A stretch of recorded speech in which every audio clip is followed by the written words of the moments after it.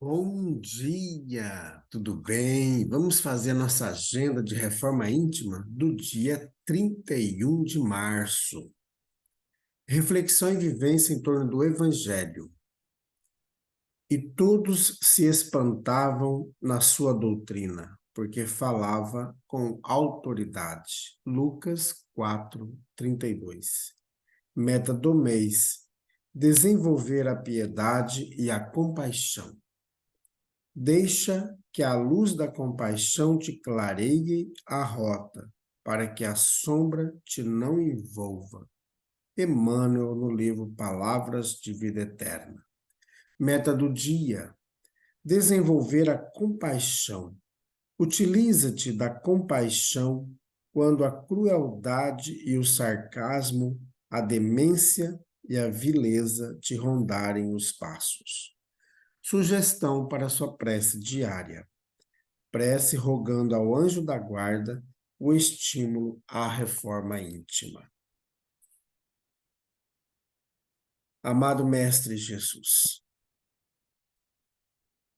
nós queremos agradecer a noite que acolheu o nosso corpo, a casa, agradecer a cama que nos envolveu.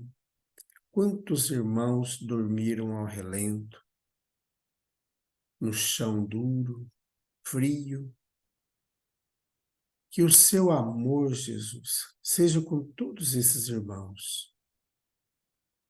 Aqueles também que dormiram sem se alimentar. Amado Mestre Jesus, que o seu amor possa sensibilizar os nossos corações para que possamos desenvolver a caridade para com todos aqueles que sofrem os infortúnios da vida. Amado Mestre Jesus, rogamos ainda ao nosso anjo da guarda que está em teu nome, nos auxiliando, nos intuindo para a tarefa redentora de nossas vidas. Que consigamos, Jesus, fazer a reforma íntima todos os dias em nós. Graças a Deus, que Deus seja louvado. Meus amigos, hoje não temos atividades em nossa casa espírita, mas quero lembrá-los que amanhã, às 8 horas da manhã, até o meio-dia, nós teremos as atividades de evangelização com as crianças, com os jovens, com os adultos. Temos também o tratamento espiritual, temos a distribuição da sopa. E você quer trabalhar na caridade?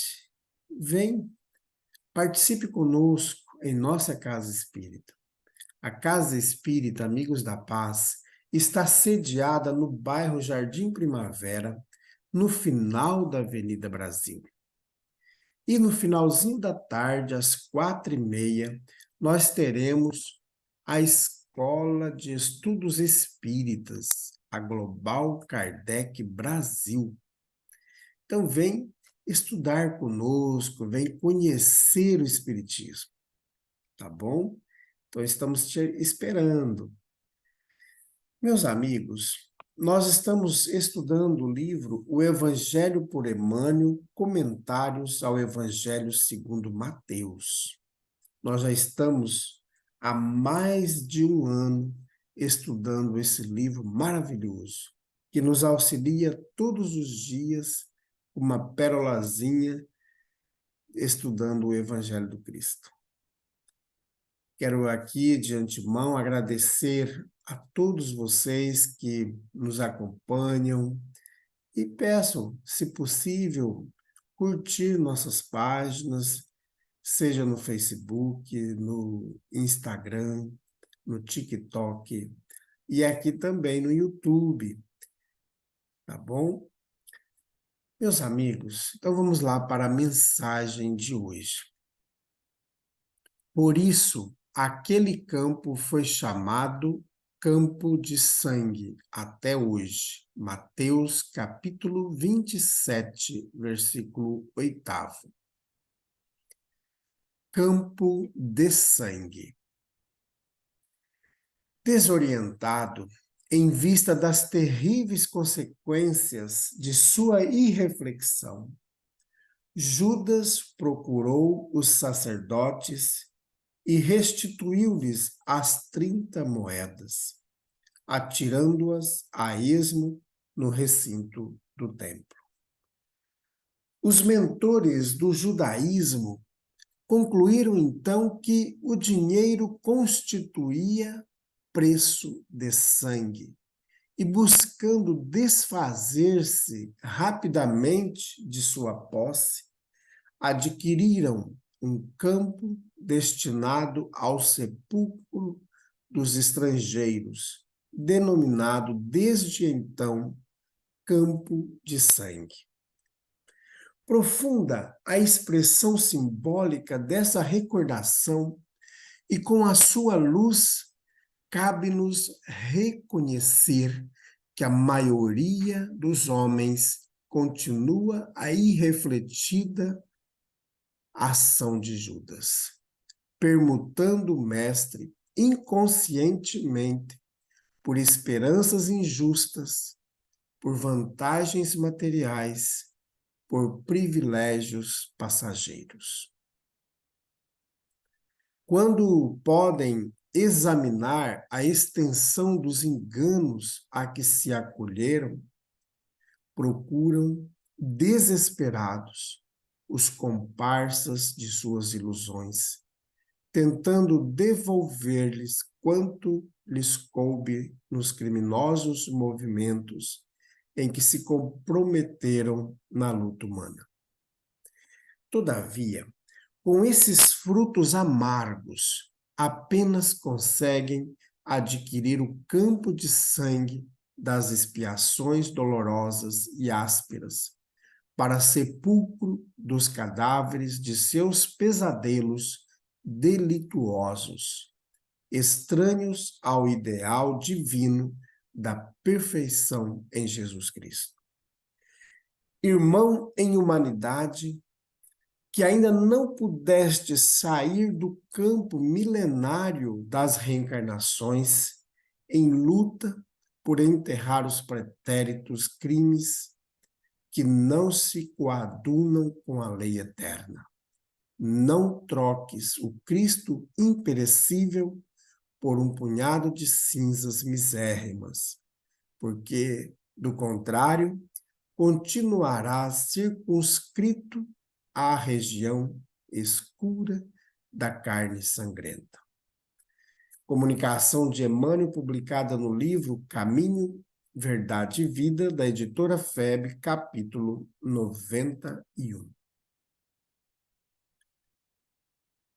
Meus amigos, é muito interessante essa mensagem de Emmanuel, que nos traz algumas reflexões. Quantas vezes nós vendemos Jesus? Judas vendeu Jesus por 30 moedas. E, ao perceber, como a gente viu ontem, que ele entregara um inocente à morte, ele entrou numa situação de remorso e provoca mais tarde o seu próprio desencarne através do suicídio. Nós vamos ver aqui que essa atitude irrefletida de Judas, envolto em várias situações daquele instante, pelo poder, pela ganância, pela vaidade racial, por diversas questões envolvidas ali, nós percebemos também que hoje as coisas se repetem.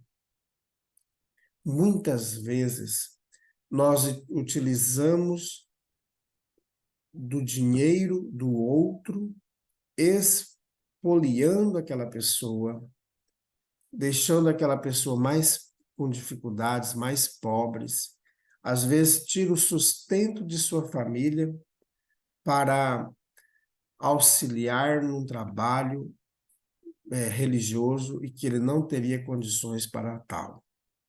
Então, às vezes, nós prometemos a salvação para as pessoas, mas junto vem uma promissória de cobranças disso, cobrança daquilo outro, porque se não der isso, não terá a cura.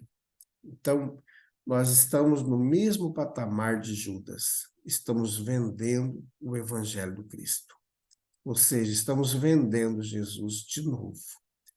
Então, é interessante a gente perceber as nossas tendências, as nossas atitudes, se ainda hoje nós não estamos encarnando Judas em nós. Quantos instantes da nossa vida nós traímos Jesus? Aí nós temos questões, além dessas que eu comentei há pouco, de nós utilizarmos do sacrifício dos outros para benefício de outras situações, prometendo curas e outras coisas mais. Mas quantas vezes nós estamos com a arrogância do Judas dentro de nós, com a ganância de Judas? E a gente vai expoliando as pessoas sem perceber que nós estamos fazendo isso. Então, a gente vai ligando, olha, você vai ter tal benefício se você ajudar nisso. Se você fizer isso, isso, isso. Então, a gente vai enumerando todas essas tendências nossas e, novamente, nós estamos entregando Jesus. Então, é importante a gente perceber, e como eu já disse há alguns vídeos atrás, que na maioria dos cristãos a gente está num período de reviver todo o processo do Calvário de Jesus. Então, nesse período, também nós vamos estudando esses últimos momentos da vida do Cristo entre nós. Mas é importante nós chamarmos atenção. O que reviver essas cenas estão produzindo em mim? Estão me transformando em pessoa melhor do que antes, do que ontem? Ou eu simplesmente revejo essas cenas, mas essas cenas não provocam mudança em mim? Continuo José do mesmo jeito de antes. Então é importante, meus amigos, a gente avaliar isso em nós. Isso é fazer reforma íntima. Porque senão a gente fica sempre na mesma tela, repetindo, repetindo, repetindo, mas a gente não se transforma. A gente não vai além. A gente não consegue modificar. E quando a gente sai de todos esses processos, a gente chora, a gente fica triste com essa vivência, mas a gente não modifica o nosso padrão vibratório, não modifica os nossos pensamentos e não modificamos também as nossas práticas, nossas atitudes. Continuamos da mesma maneira que antes.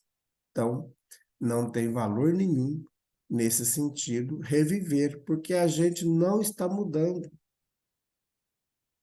Então, é muito importante nós percebermos essas transformações. E por que esse local foi chamado de campo de sangue? Como entre os judeus tinha várias normas e regras, ao ser devolvida aquelas moedas que eram o símbolo do sangue do Cristo, o que os judeus fizeram, os sacerdotes? Compraram um campo e nesse local era enterrado as pessoas estrangeiras. Então eles tentaram fazer ali um contraponto dessas moedas. Então, meus amigos, reflitamos e trazemos para nós esses ensinamentos do Cristo. O que o Evangelho do Cristo está modificando em nós? Vamos fazer prece? Bondoso Jesus, nós queremos nesse instante colocar em tuas mãos todos aqueles irmãos que são vítimas das guerras, que estão perdendo a sua casa, sua pátria, indo para outros países, sofrendo todas as intempéries da caminhada e de todos os regramentos de outros países. Iremos também pedir, Jesus, por aquelas vítimas das enchentes, dos deslizamentos, de secas, por aqueles irmãos vítimas de acidentes que estão acamados, que estão nos hospitais. Envolva-os, Jesus, com o seu amor. Graças a Deus, que Deus seja louvado.